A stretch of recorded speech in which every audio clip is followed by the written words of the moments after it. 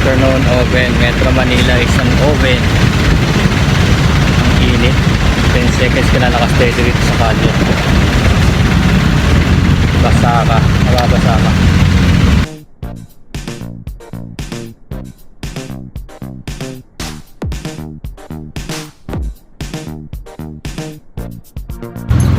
I survived. I'm now in Makati. I survived the Metro Manila oven.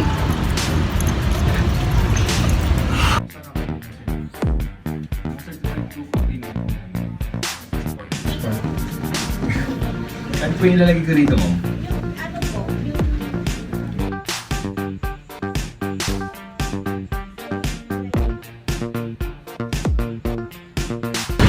Hindi talaga init. Kaya lang kailangan kumilos eh. Sa Makati, parang oven.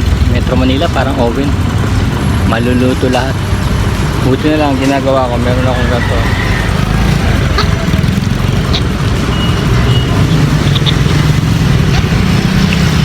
Mabasa yung damit ko tapos lumalamig. Pero